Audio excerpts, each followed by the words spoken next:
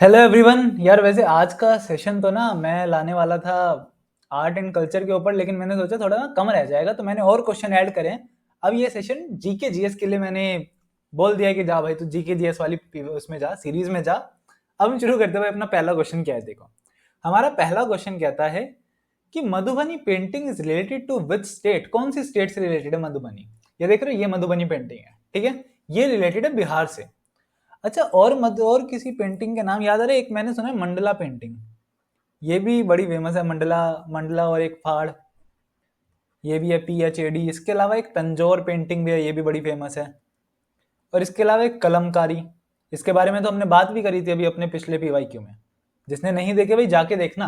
अच्छा, मंडला और फाड़ ये दोनों राजस्थान की है। कहाँ की है? राजस्थान की। इसके अलावा तंजौर भाई आपकी होने वाली है तमिलनाडु। टी से देखो, तंजौर तमिलनाडु बड़ा सेम सेम लग रहा होगा आपको, तो इसमें तो कोई भूलने वाली बात नहीं है। और इसके अलावा कलमकारी आपकी होगी भाई ये आंध्र प्रदेश की। कहाँ की है? आंध्र प्रदेश। अच्छा देखो यार, एक स्पेशल इफेक्ट हम आपके लिए लेके आए हैं। जैसे मधुबनी पेंटिंग देख रहे हो, अब पेंटिंग बनाने के लिए आपको पूरा दिमाग खोलना पड़ता है, तो मधुबनी पेंटिंग भी आपके सामने खुलने वाली है, तैयार हो जाओ। ये आया ना मजा? चलो यार, अगला क्वेश्चन देखते हैं इसी ट्रांजिशन के साथ। हमारा सेकंड क्वेश्चन कहता है, eight which of the following places Kumbh Mela is not held. कौन सी जगह नहीं होता है?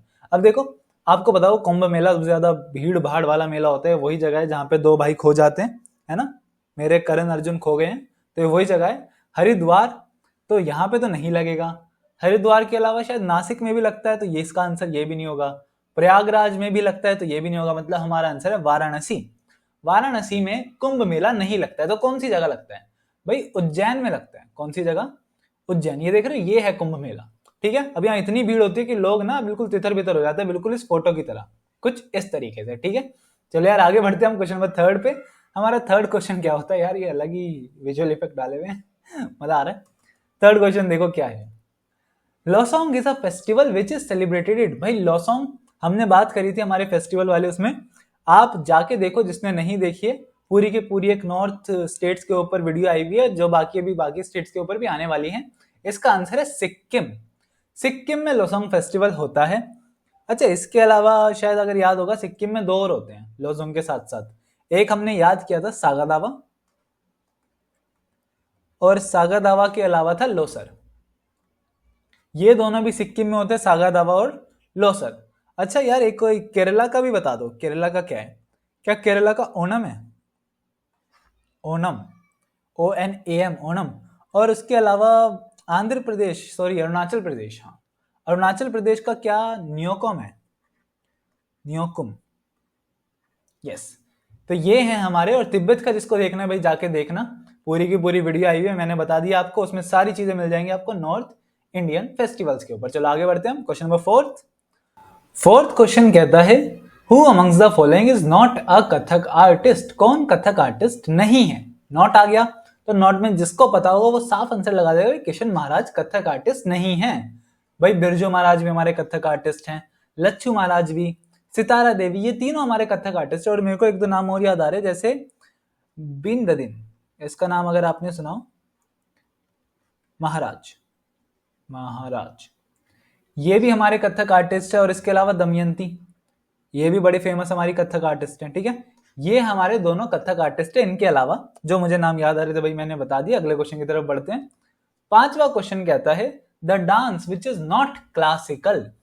क्लासिकल डांस इनमें से कौन सा नहीं है? शायद आप ऑप्शन देख के आंसर बड़े आराम से लगा दोगे। इसका आंसर होने वाला है गरबा, कथक, कुचिपुड़ी, उड़ीसी। ये तीनों हमारे क्लासिकल डांस है। अच्छा, आपको ये पता होगा संगीत नाटक अकेडमी है, संगीत नाटक अकेडमी ही 8 क्लासिकल डांसेस इन्होंने करें रिकॉग्नाइज, सिर्फ 8, जिसमें ये कथक, कुचिपुड़ी, उड़ीसी। इसके अलावा मैं बस बता देता हूँ, भरतनाट्यम, कथकली, भरतनाट्यम, कथकली और मोहिनी अट्टम, एक मणिपुरी, और बता कथक हो गया, कुचिपुड़ी हो गया, उड़ीसी हो गया, और एक और है यार, एक और रहता है, वो है सातरिया। हाँ, सातरिया भी आपके इन्हीं 8 डांस में आता है। चलो यार आगे बढ़ते हैं। क्वेश्चन नंबर 6 देखते हैं। हमारा छठा क्वेश्चन क्या है, which one of the following is the most ancient musical instrument. हमने हिंट भी छुपाया, अगर आपको पता है इंस्ट्रूमेंट कौन सा है तो आप बड़े आराम से बता सकते हो, ये है वीणा। यस, यही है वीणा। अच्छा, वीणा के बहुत फेमस, बहुत ज्यादा फेमस आर्टिस्ट का नाम बता दीजिए, प्लेयर कौन थे? ये थे असद अली खान। बहुत फेमस थे और इतने इतने फेमस है कि यार हर एग्जाम में क्वेश्चन पूछे जाते हैं असद अली खान के नाम पे। ठीक है, अगले क्वेश्चन की तरफ बढ़ते हैं। 7th क्वेश्चन कहता है जामिनी रॉय वॉज, कौन थे जामिनी रॉय? देखो आपको फिर से एक हिंट दिख गया होगा, कौन थे? देखो बांसुरी बजा रहे हैं तो म्यूजिशियन होने चाहिए, बांसुरी बजा रहे हैं, नहीं भाई ये है पेंटिंग। ये क्या है? पेंटिंग। तो हमारा आंसर क्या है? पेंटर। जामिनी रॉय क्या थे? पेंटर। अब जामिनी रॉय कुछ ऐसे दिखते थे।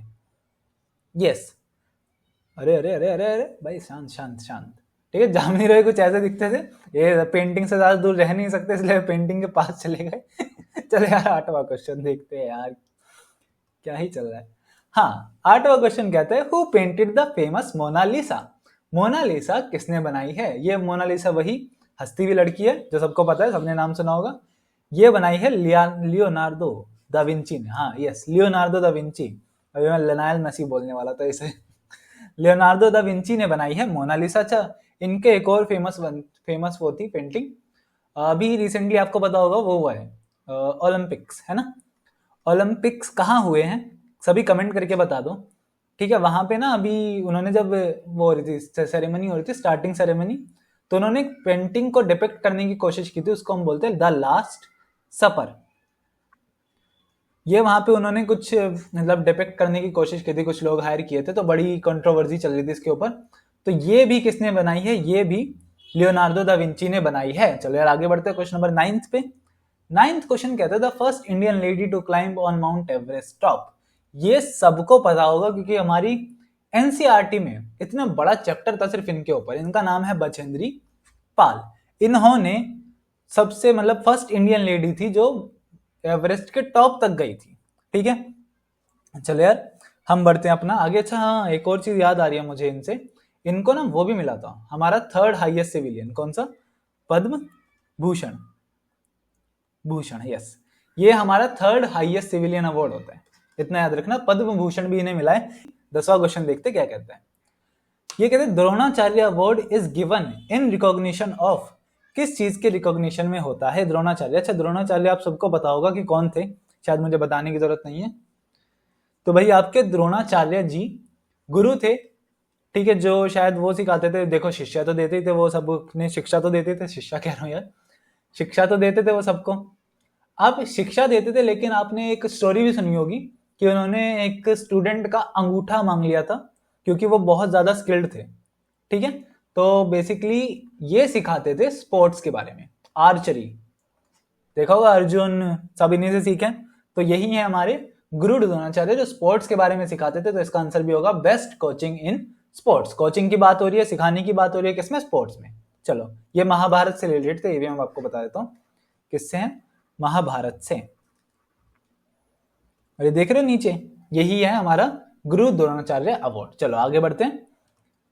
11वां क्वेश्चन कहता है electric current is expressed by a unit called. किससे एक्सप्रेस करते हैं? इसे हम एम्पेयर से एक्सप्रेस करते हैं। अभी हमने लास्ट फिजिक्स वाली पीवाईक्यू पढ़े थे, उसमें भी हमने सेम बातें करी थी, मीटर, लेंथ। इसके अलावा वॉट, वॉट पावर का होता है, आप सबको पता होगा।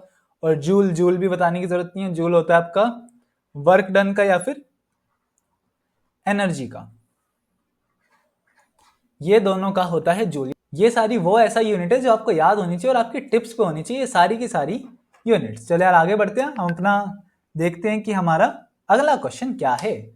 हमारा अगला क्वेश्चन है the first session of INC was held at. भाई आईएनसी के बारे में तो कितनी ही बातें हुई हैं, क्या ही बोले भाई। इसका आंसर है बॉम्बे। कब हुआ था? 1885 में जब बनी थी, याद होगा आप सभी को। तो यही है हमारा आंसर, इसका आंसर बॉम्बे 1885। मुझे बताओ हमारी जो सबसे मेन क्वेश्चन पूछा जाता है कि फर्स्ट लेडी प्रेसिडेंट कौन थी? First lady president of INC, ये क्वेश्चन बनता है। और फर्स्ट लेडी बस इंडियन लगा देते हैं। ये दो क्वेश्चन बनते हैं, फर्स्ट लेडी प्रेसिडेंट और first lady Indian president. First lady Annie Besant, ठीक है, और फर्स्ट इंडियन लेडी की बात कर रहे हैं तो सरोजनी नायडू। ठीक है, SN, नाइटिंगेल ऑफ इंडिया, याद होगा आप सभी को। चलो आगे बढ़ते हुए question number 13th। In which year the first Bharat Ratna was awarded? कौन से साल में फर्स्ट भारत रत्न दिया गया था? ये दिया गया था 1954 में। किस किस को दिया गया था? एक थे हमारे सर्वपल्ली राधाकृष्णन जी। कौन थे ये? सबको पता होगा भाई, इन्हीं के जन्म दिवस पे आज हमारा टीचर्स डे मनाया जाता है, डॉक्टर सर्वपल्ली राधाकृष्णन जी। और एक थे हमारे सीवी रमन जी के अलावा, और एक से हमारे सी गोपालाचारी।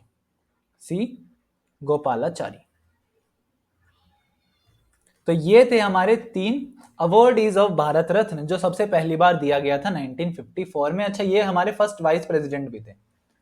कौन थे हमारे first vice president? Sarvepalli Radhakrishnan. और दूसरे प्रेसिडेंट थे। चलो आगे बढ़ते हैं क्वेश्चन नंबर 14 पे। ये कहते हैं, who is the first Indian actress to receive the Padma Shri award? Padma Shri award Nargis Dutt को मिला था। किन्हें मिला था? नरगिस दत्त को। और कब मिला था? ये मिला था 1958 में।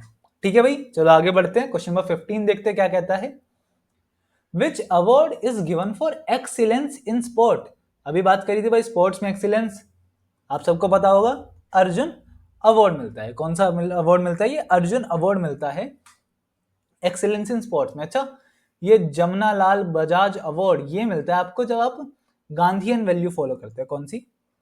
जब गांधीयन वैल्यूज फॉलो करते हैं ना, तो उनको फॉलो करने के लिए, फिर उनको स्प्रेड करने के लिए गांधीयन अवार्ड मिलता है।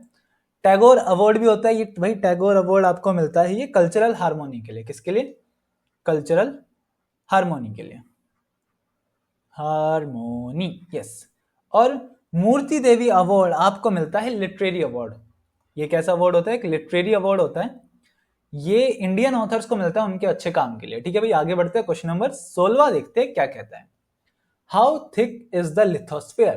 भाई इसका आंसर जो दिया गया है वो 10 से 200 किलोमीटर है। अब लिथोस्फेयर क्या होती है? क्वेश्चन ये आता है, ये आपके एटमॉस्फेयर में नहीं होती, अगर किसी को डाउट है तो।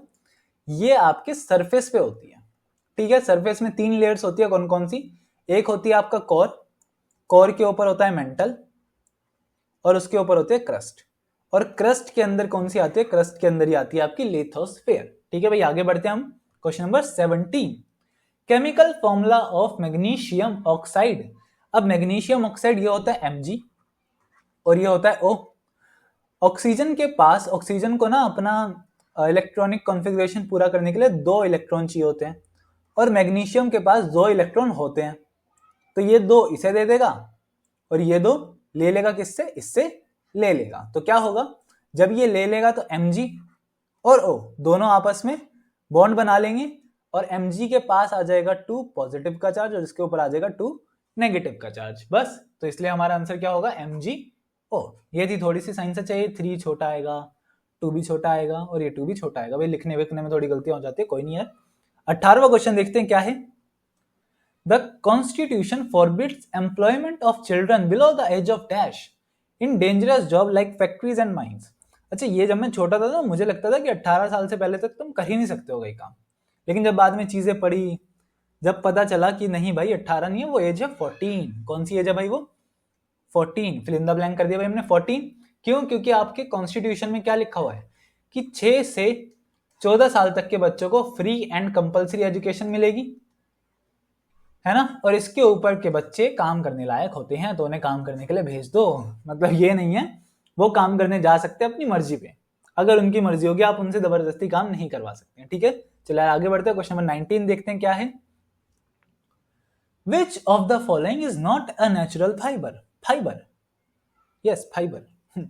फाइबर की जब भी बात होती है तो रेयन है इसका आंसर। अच्छा, रेयन के अलावा और कौन कौन से, कोई नाम बता सकते हैं मुझे? रेयन के अलावा एक नाइलॉन सुना होगा आपने, है ना। इसका तो यार मांझा मैंने सुना है, बड़े गले काटे भाई नाइलॉन के मांझे ने, मतलब बनना ही बंद हो गए थे। जिसको कहते हैं कांच का मांझा, कांच, वो ये नाइलॉन होता था। ठीक है, इसके अलावा एक पॉलिएस्टर भी होता है। क्या होता है? पॉलिएस्टर। ये भी क्या है आपका? ये भी एक आर्टिफिशियल फाइबर है। इनको हम कहते हैं आर्टिफिशियल फाइबर। Artificial fibre. इसके अलावा यार एक और होता है टेरिलीन, TERELYNE। ठीक है, टेरिलीन होता है। ये भी हमारा आर्टिफिशियल फाइबर में ही आता है। कौन कौन सा? रेयन, नाइलॉन, पॉलिएस्टर और टेरिलीन। चलो यार आगे देखते हैं। हमारा आखिरी क्वेश्चन क्या कहता है। देखो 2 सेकंड मतलब चुटकी बजाती है, पता है आखिरी क्वेश्चन पे पहुंच जाते हैं, मुझे तो ये लगता है। Which of the following is celebrated as the New Year in Tamil Nadu? Tamil Nadu में कौन सा न्यू ईयर पे सेलिब्रेट होता है? अब पता है इसमें क्या होता है? देखो वैसे तो बड़ा सिंपल क्वेश्चन है, लेकिन बच्चे कहाँ कंफ्यूज होते हैं, वो कंफ्यूज होंगे पोंगल लगा के आ जाएंगे, क्योंकि उनको याद है पोंगल भी तमिलनाडु में मनाया जाता है, लेकिन नहीं, इसका आंसर है पुठांडु। क्या आंसर है इसका? पुठांडु। ये है new year of Tamil Nadu. Pongal है, लेकिन पोंगल क्या है? हार्वेस्ट फेस्टिवल है किसका? तमिलनाडु का। तमिलनाडु का ही हार्वेस्ट फेस्टिवल है पोंगल। अच्छा, उगादी की बात करते हैं, तो उगादी क्या है? उगादी न्यू ईयर फेस्टिवल है, लेकिन किसका? ये न्यू ईयर फेस्टिवल है आंध्र प्रदेश का। आंध्र प्रदेश के अलावा एक शायद तेलंगाना का भी है ये, और तेलंगाना के अलावा ये कर्नाटका का भी है, कर्नाटका, यस। और इसके अलावा ओणम, ओणम की बात करें तो भाई ओणम आपका हार्वेस्ट फेस्टिवल है, लेकिन हार्वेस्ट किसका? ये केरला का है ये। ठीक है भाई, तो आपके 20 क्वेश्चन यहीं पे खत्म होते हैं भाई। आज की क्लास को भी हम यहीं पे खत्म करते हैं, ज्यादा टाइम नहीं लूंगा भाई, बस सब्सक्राइब और लाइक कर देना, इतनी सी ख्वाहिश है मेरी। चलो यार, सभी को थैंक यू, टाटा बाय बाय, आपका दिन मंगलमय हो।